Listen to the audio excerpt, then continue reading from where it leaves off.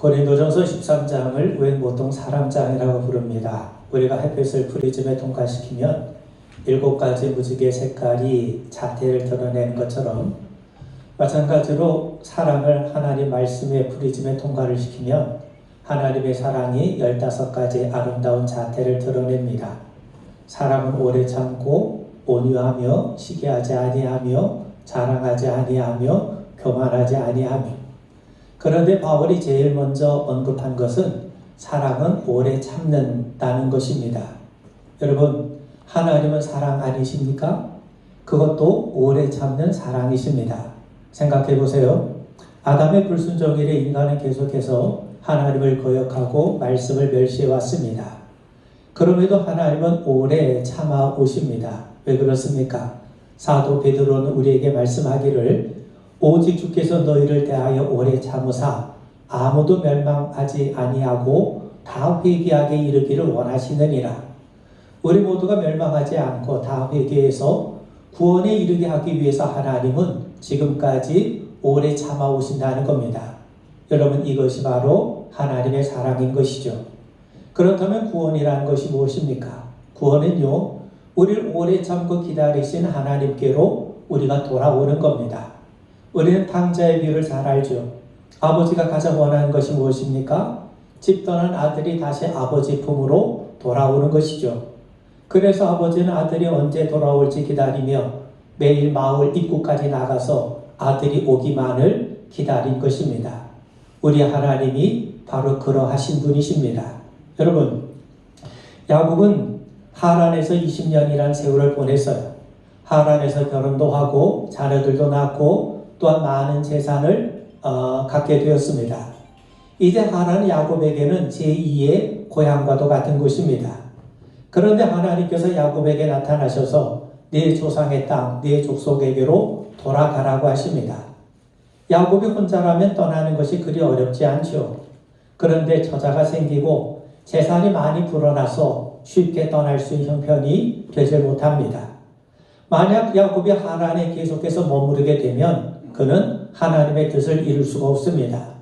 하나님이 야곱에게 원하신 것이 무엇입니까? 바로 믿음의 조상이 되는 것 아닙니까? 하나님이 아브라함을 통해 아브라함을 부르시면서 약속하신 것이 내가 이 가나안 땅을 주시겠다는 거예요. 후손이 많아질 거라는 겁니다. 그리고 그 후손을 통해서 여러 많은 족속들이 하나님의 복을 받게 되리라는 겁니다. 근데 아브라함께 주신 약속은 이삭에게 그대로 계승이 돼요. 그리고 하나님은 베델에서 야곱에게도 동일한 똑같은 약속을 허락해 주십니다. 그러므로 하나님의 뜻이 이루어질 곳은 하란이 아니라 가나안 땅입니다. 그래서 야곱은 가나안 땅으로 돌아가야 하는 것이죠. 가나안으로 돌아가라는 말은 결국 하나님께로 다시 돌아오라는 겁니다. 여러분, 축구 감독이 아주 유망주를 키우는 선수가 있어요. 그런데 그 선수가 축구장에 와서 훈련도 하지 않고 경기도 하기는커녕 엉뚱한 데서 시간을 허비해 버리면 감독의 심정이 얼마나 안타깝겠습니까?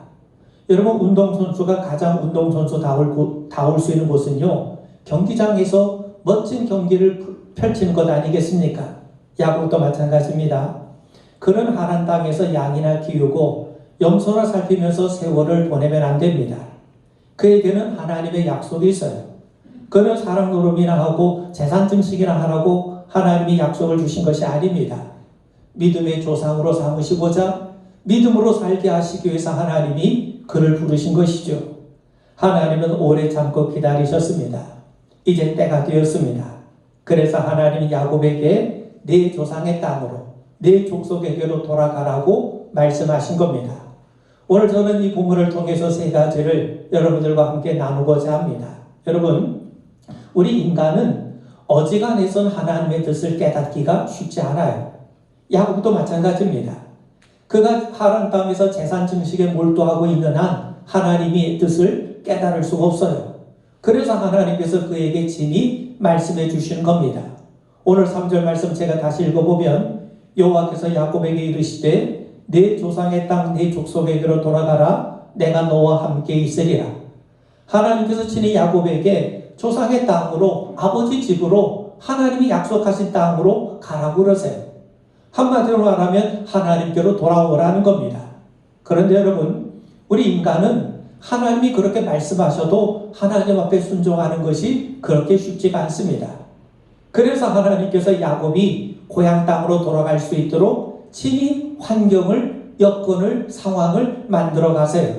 여러분 1절 한번 보세요. 1절에 보시면 야곱이 라반의 아들들이 하는 말을 들은즉 야곱이 우리 아버지의 소유를 다 빼앗고 우리 아버지의 소유로 말미암아 이 모든 재물을 모았다 하는지라.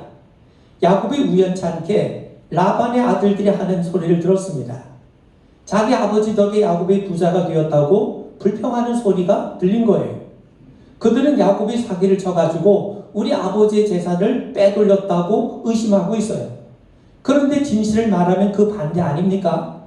라반의 덕에 야곱이 부자가 된 것이 아니라 사실 야곱 때문에 라반이 부자가 된 거죠. 이건 라반의 입을 통해서도 확인이 되고 있습니다. 여러분 창세기 30장 27절에 보면 라반이 그에게 이르되 여호와께서 너로 말미암아 내게 복을 주신 줄 내가 깨달았노니. 라반도 야곱 때문에 자신이 복을 받게 된 것을 알고 있었다는 겁니다.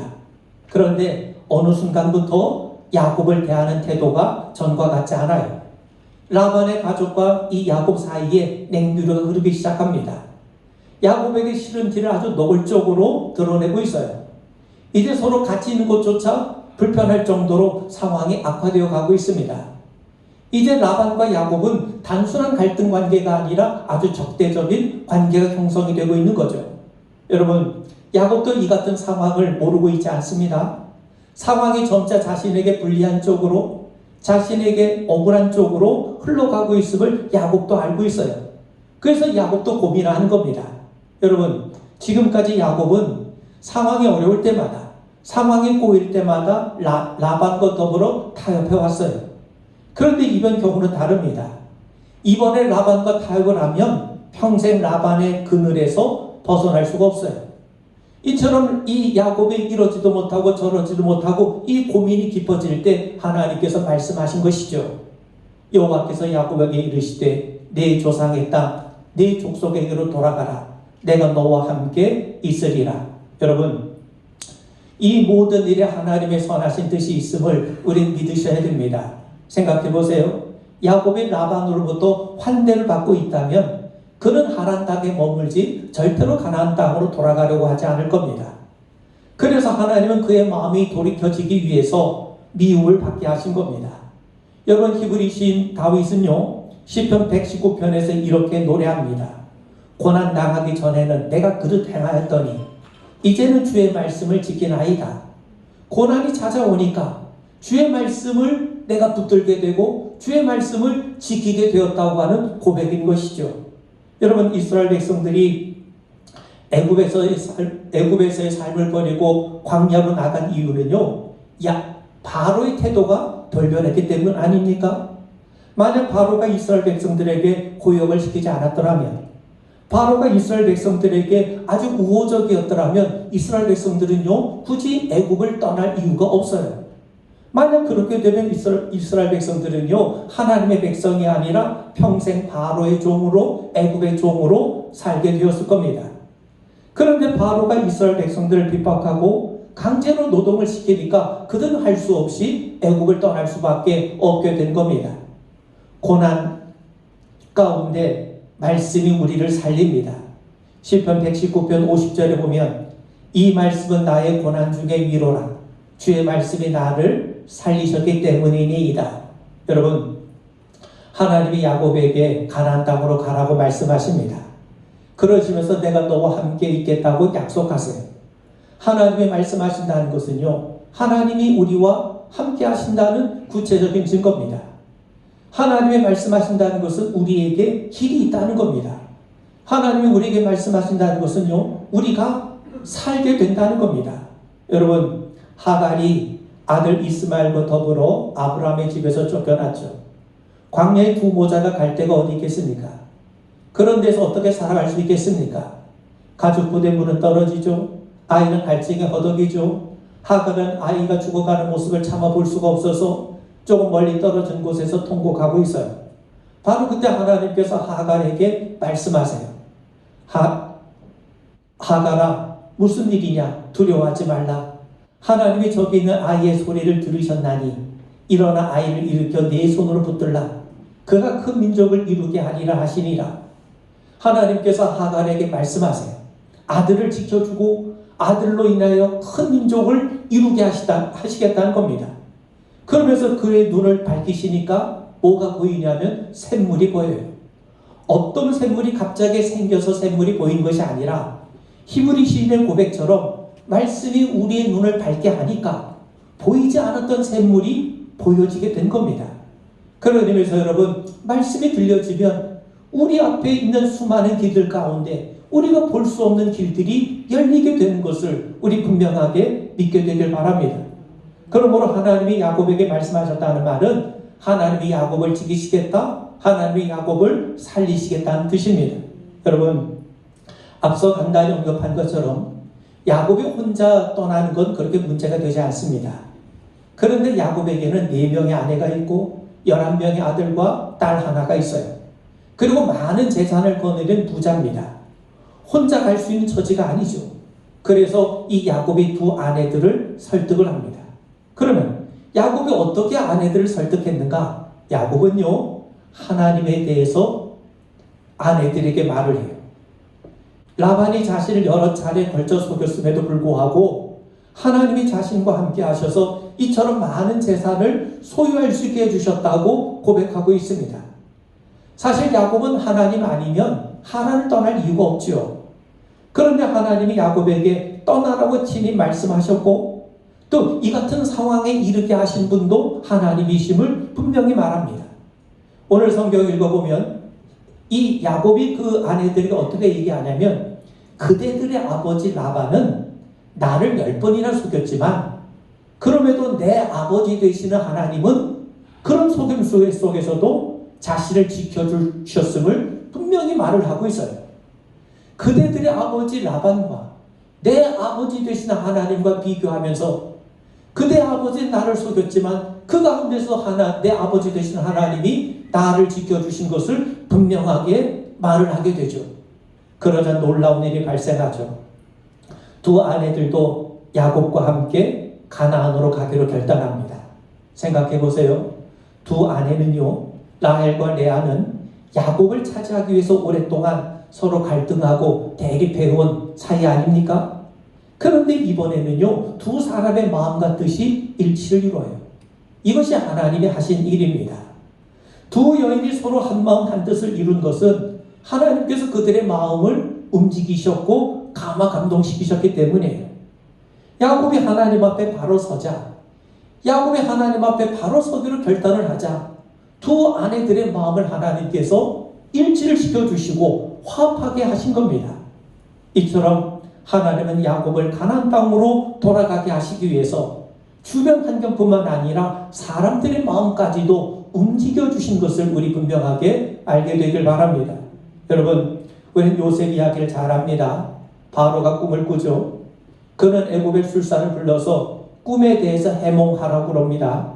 그런데 애굽의 술사들이 한마디도 해몽을 하지 못해요. 여러분, 이들은 사실 평생 입으로 살아온 사람들입니다. 얼마든지 그럴듯하게 해몽해 줄 수 있어요. 그런데 왜 그들은 한마디도 대답을 하지 못했는가? 하나님께서 그들의 입을 막으셨기 때문이에요.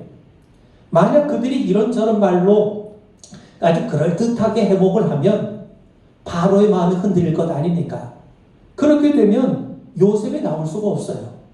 요셉이 나오지 못하면 그 무서운 7년 흉년에 애굽은 물론 이러니와 야곱과 그의 자손까지도 살아남을 수 없게 됩니다. 그래서 하나님이 그들의 입을 막으신 거예요. 요셉을 나오게 하시기 위해서. 그리고 바로가 죄수였던 요셉을 총리로 천거했을 때 어느 누구도 반대하지 못하게 하신 겁니다. 이 배후에 하나님의 역사가 있음을 분명하게 믿게 되길 바랍니다. 여러분, 우리가 믿는 하나님, 우리가 예배한 하나님이 하신 일이 이처럼 놀랍습니다. 우리의 힘과 능력이 미치지 못하는 영역에 하나님의 일하심이 있음을 믿으시길 바랍니다. 상식을 뛰어넘는 하나님의 은혜가 있어요. 우리의 실수와 어리석음, 심지어 미움받는 걸 통해서도 합력하여 선을 이루시는 하나님의 섭리가 있음을 우리 분명하게 믿으시기를 주님의 이름으로 축원을 드립니다. 3절 말씀을 제가 다시 읽어보면요. 여호와께서 야곱에게 이르시되 네 조상의 땅 네 족속에게로 돌아가라. 내가 너와 함께 있으리라 하신지라. 하나님은 야곱에게 네 조상의 땅 네 족속에게로 돌아가라 하시면서 한 가지를 약속하시죠. 내가 너와 함께 있으리라. 여러분, 야곱이 왜 가나안 땅에 가야 합니까? 그곳이 하나님이 함께 하시는 곳이기 때문에 그래요. 그러므로 야곱이 가야 할 곳은 조상의 땅, 아버지의 집이지만 실제로는 하나님이에요. 하나님은 야곱에게 지금 내게로 오라는 겁니다. 내가 너와 함께 할 텐데 내게로 와라. 나를 신뢰하고 나를 의지하라. 바로 그 믿음의 자리로 오라고 하나님이 야곱을 초대하고 계신 겁니다. 여러분, 야곱은 지금까지 자신의 노력과 힘으로 살아왔어요. 하나님께서 늘 그와 함께 하셨는데도 그의 삶에서는 도무지 하나님이 보이질 않습니다. 사실 믿음의 흔적이 나타나질 않았죠. 그는 하나님의 축복이 에서에게로 갈까봐 팥죽 한 그릇에 형을 속여서 장자권을 빼앗지 않았습니까? 또 아버지를 속이는 아주 대범함까지 보여요. 근데 또 그는 아주 부지런하고 성실한 사람이에요. 두 아내를 얻기 위해서 14년을 일했고 라반 밑에서 부당함을 참아가면서 20년을 성실하게 일한 사람입니다. 온갖 불리한 여건 속에서도 남이 부러워할 만큼 아주 큰 부를 이룬 사람이었죠. 그야말로 그는 입지전적인 사람이었습니다. 그런데 그의 삶에 하나님이 보이지 않는 겁니다. 믿음의 모습이 드러나지 않고 있는 겁니다. 여러분, 아브라함이 아내 사레가 죽자 그곳 원주민들에게 우리 아내를 위해 매장지를 사려고 그래요. 그러자 그 원주민들이 아브라함에게 매장할 묘실을 그냥 내어주려고 그럽니다.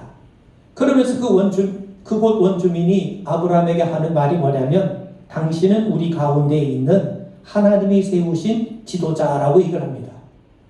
가나안 사람들이 하나님을 아는 게 아닙니다. 그럼에도 그들은 아브라함을 하나님이 세우신 지도자라고 인정을 해요. 그 말을 우리가 쉽게 풀어보면 그들은요, 아브라함의 삶을 통해서 자신들과는 전혀 다른 하나님을 믿는 어떤 믿음의 모습을 봤다는 거예요. 아브라함은 하나님 모르는 낯선 세상에서 하나님을 믿는 믿음의 삶이라는 것이 무엇인지를 끊임없이 드러내며 살았다는 겁니다. 여러분, 이삭의 경우도 마찬가지죠. 그랄의 몸은 이삭을 하나님이 크게 복을 주셨어요. 그러자 그럴 사람들이 시기해서 이삭을 내쫓았을 뿐만 아니라 그가 판 우물을 자기들의 것이라고 우기며 빼앗아요. 그런데 이삭은 순수히 우물을 내어주며 다시 우물을 팝니다. 그런데 이번에도 그럴 사람들이 다시 와서 그 우물을 빼앗아가죠. 그런데 얼마 지나지 않아 이삭을 내쫓았던 그랄 왕 아비멜렉이 군대 장관 비고를 데리고 와서 우리 사이에 계약을 맺자고 합니다. 여호와께서 너와 함께 계심을 우리가 분명히 보았으므로 우리 사이에 계약을 맺자. 그는 이삭의 삶에서 하나님이 함께 하시는 삶, 곧 다른 말을 표현한다면 믿음의 삶을 본 거예요. 여러분, 가나안 사람들은 우상을 숭배하는 사람들이지 하나님을 아는 자들이 아닙니다. 그럼에도 아브라함과 이삭의 삶에서 하나님이 함께 하심을 보았다고 그럽니다. 그 말은 결국 그들은요, 하나님 모르는 낯선 세상에서 하나님을 드러내며 믿음의 삶이 어떤 것인가 하는 것을 끊임없이 추구하며 살아왔다는 겁니다. 그런데 야곱의 삶에서는 그런 모습이 전혀 보이질 않아요. 어느 누구도 야곱의 삶을 통해 하나님을 알게 된 사람이 없습니다.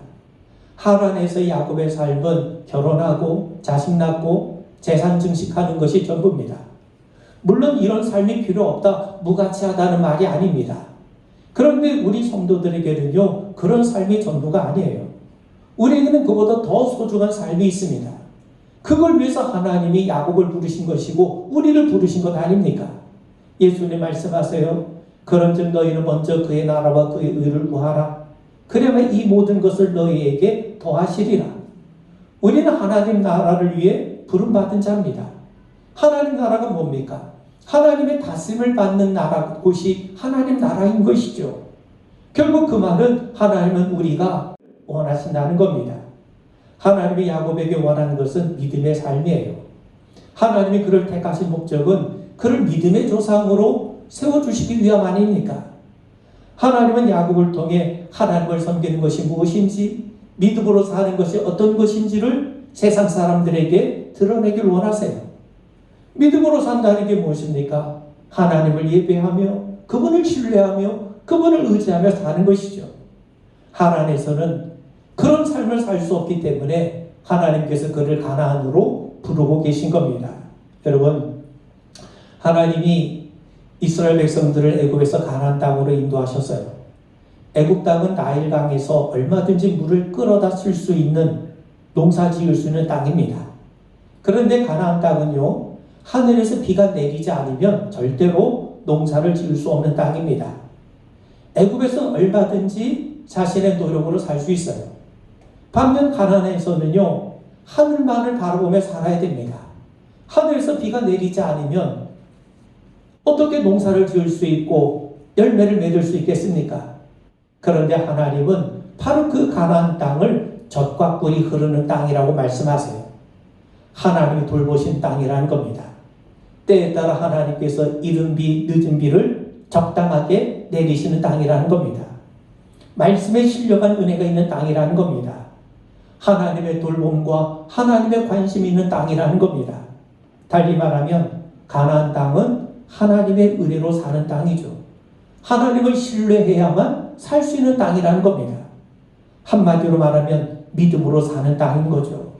그러므로 하나님께서 야곱에게 조상의 땅으로, 가나안 땅으로 돌아가라는 말은 단순한 공간적인 이주를 의미하는 것이 아니라 결국 하나님께로 오라는 거죠.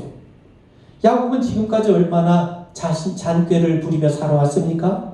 이제 자신을 믿지 말고 잔머리 굴리지 말고 하나님 신뢰하며 살라는 겁니다.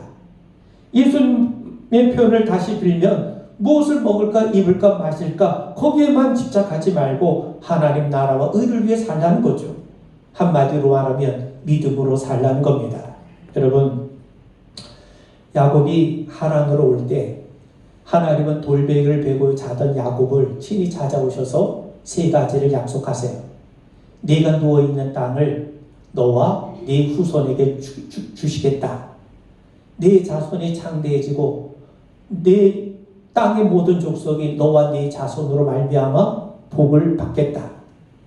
내가 늘 함께 있어서 네가 어디로 가든지 너를 지키며 너를 이끌어 다시 이 땅으로 돌아오게 하겠다. 그때 야곱이 뭐라고 하나님 앞에 서원을 하냐면, 하나님이 나와 함께 계셔서 내가 가는 이 길에서 나를 지키시고 먹을 떡과 입을 옷을 주시어 내가 평안히 아버지 집으로 돌아가게 하시오면 여호와께서 나의 하나님이 되실 것이요 내가 기둥으로 세운 이 돌이 하나님의 집이 될 것이요 하나님께서 내게 주신 모든 것에서 10분의 1을 내가 반드시 하나님께 드리겠나이다. 여러분, 하나님은 약속을 지키셨어요.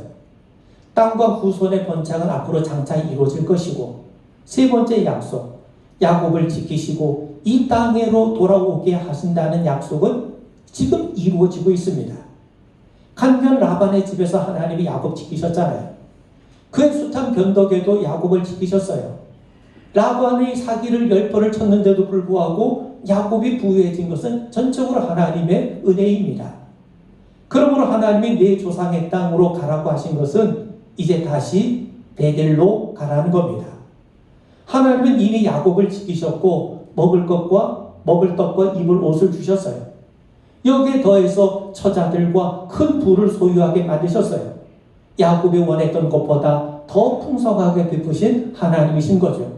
여러분, 그렇다면 하나님이 이렇게 약속을 지키셨다면 야곱도 자신이 서원한 대로 하나님을 하나님으로 믿고 다시 베델의 자리로 올라가야 마땅하지 않습니까? 여러분, 베델의 자리가 어떤 자리입니까? 야곱이 형 에서를 피해 도망쳤을 때 하나님을 만난 자리입니다. 거기서 그는 처음으로 하나님께 제단을 쌓고 이름을 베델이라고 지었어요. 제단을 베델이라고 불렀다는 말은 야곱이 거기서 처음으로 하나님 앞에 예배자로 섰다는 겁니다. 하나님이 우리에게 원하시는 것은 사역자가 아니라 예배자입니다. 베델 이후 하란에서 야곱의 삶에서 예배하는 자의 모습이 전혀 보이질 않았어요. 그러므로 하나님께서 조상의 땅으로 돌아가라, 베델로 올라가라, 그 말은 하나님 앞에 예배자로 서라는 겁니다. 여러분, 하란에서 야곱은 참으로 열심히 살았죠. 근면하고 성실하고 책임감이 넘쳤어요. 그런데 하나님의 사람 야곱의 모습이 보이질 않습니다. 성실하게 열심히 사는 것 중요합니다. 그런데 우리는 하나님 앞에 바르게 사는 것이 더 중요해요. 열심히 산다고 모두 의미 있는 인생을 사는 게 아닙니다. 하란에서 야곱은 자기의 목적을, 인생의 목적을 달성하기 위해서 수단과 방법을 가지지 않았어요. 최선을 다했어요. 철저히 자기 중심적인 삶을 살았습니다. 여러분, 그런데 자신이 세운 인생의 목표를 향해 따라 사는 삶만이 최선의 삶이 아닙니다. 하나님이 야곱에게 기대하신 것은 믿음의 조상이 되는 거예요. 믿음을 드러내며 사는 겁니다. 여러분, 하나님이 우리를 부르셔서 우리는 성도가 되었습니다. 우리를 창조하시고 구속하신 하나님의 뜻과 우리를 향한 하나님이 원하시는 삶을 사는 자들이 하나님 앞에 부름받은 성도 아닙니까? 그 첫 번째가 뭐예요? 우리가 하나님 앞으로 나오는 것이죠. 여러분, 앞서 구원은 집을 떠난 아들이 아버지의 집에 돌아오는 거라고 했습니다. 예수님의 십자가는 바로 아버지의 집으로 돌아오는 죄인을 향해 두 팔을 벌리고 기다리시는 우리 아버지의 초청이에요. 그렇다면 그 초대에 기쁘게 응답하는 것이 뭡니까? 기쁘게 아버지의 품에 달려 들어가 안기는 게 뭡니까? 그게 바로 예배인 것이죠. 여러분, 일전에 야곱이 미지의 땅 하란을 향해 갈 때 그는 달랑 지팡이 한 자로 뿐이었습니다. 얼마나 외롭고 두려웠겠습니까? 그때 자신을 찾아오신 하나님을 만난 자리가 베델이에요. 그 베델의 하나님으로 인해서 야곱이 사실 살아난 것 아닙니까? 그런 의미에서 여러분, 야곱이 살아난 자리가 베델입니다. 그가 하란에서 아무리 많은 부를 소유했다고 해서 믿음의 조상이 되는 것이 아닙니다. 그가 하나님 앞에 설 때, 그가 예배 자리에 설 때 그는 비로소 야곱이 될 수 있는 겁니다. 그래서 야곱은 라반을 떠나서 베델의 자리로 올라가야 하는 겁니다. 성도 여러분, 오늘 우리 시대에 라반이 있어요. 세상에 먹고 사는 문제에 매여서 하나님 앞에서 자신의 온전한 모습을 보지 못하게 만드는 우리 시대의 정신과 가치관, 이게 다 라반입니다. 라반은 어떻게든지 야곱을 움켜쥐려고 했죠. 사단은 세상 요구한 대로만 하면 다 주겠다고 그래요. 단지 하나님만 사랑하지 말라고 그럽니다. 하나님을 믿긴 믿되 적당히 믿고 세상을 위해 열심히 뛰라고 그러죠. 이게 마귀의 유혹 아닙니까? 마귀에게 전하기만 하면 천하만국의 영광을 주겠다고 그래요. 그런데 이것이 속임수입니다. 세상의 모든 것은 마귀 것이 아니에요. 마귀는 불법 세력입니다. 세상의 모든 것은 하나님의 것이잖아요. 야곱이 부유해진 것은 라반 때문이 아닙니다. 하나님이 주신 거예요. 마귀에게 충성하지 않아도 하나님이 주시는 겁니다. 그래서 마귀의 유혹에 대해서 예수님은 단호하게 하나님만 섬기라고 말씀하고 계시지 않습니까? 여러분, 야곱이 다시 일어설 수 있었던 자리가 베델입니다. 야곱이 믿음의 조상으로 변하게 될 약속을 받은 자리가 베델입니다. 베델은 하나님이 임재하시는 자리죠. 그러므로 하나님 앞에 설 때 우리가 사는 겁니다. 하나님은 예배 가운데 상한 마음을 가진 우리를 두 팔로 껴안아 주시고 우리를 고치시고 새롭게 하실 줄 믿습니다. 그래서 예배를 통해 우리를 분명히 살리실 겁니다. 그래서 하나님은 야곱을 베델의 자리로 하나님 앞으로 오라고 부르고 계신 겁니다. 여러분, 하나님은 오늘도 우리를 부르실 때 기쁘게 주님께로 돌아갈 수 있는 우리 모두 되기를 주의 이름으로 축원을 드립니다. 기도하겠습니다. 하나님께로 날마다 돌이킬 수 있는 저희를 되게 하시옵고 늘 우리와 함께 하시고 동행하시고 선하게 역사하시는 그 귀한 은혜의 손길을 분명히 깨닫고 맛보고 누려가는 저희들 되게 하옵소서. 예수님 이름 받들어 간절히 기도하옵나이다. 아멘.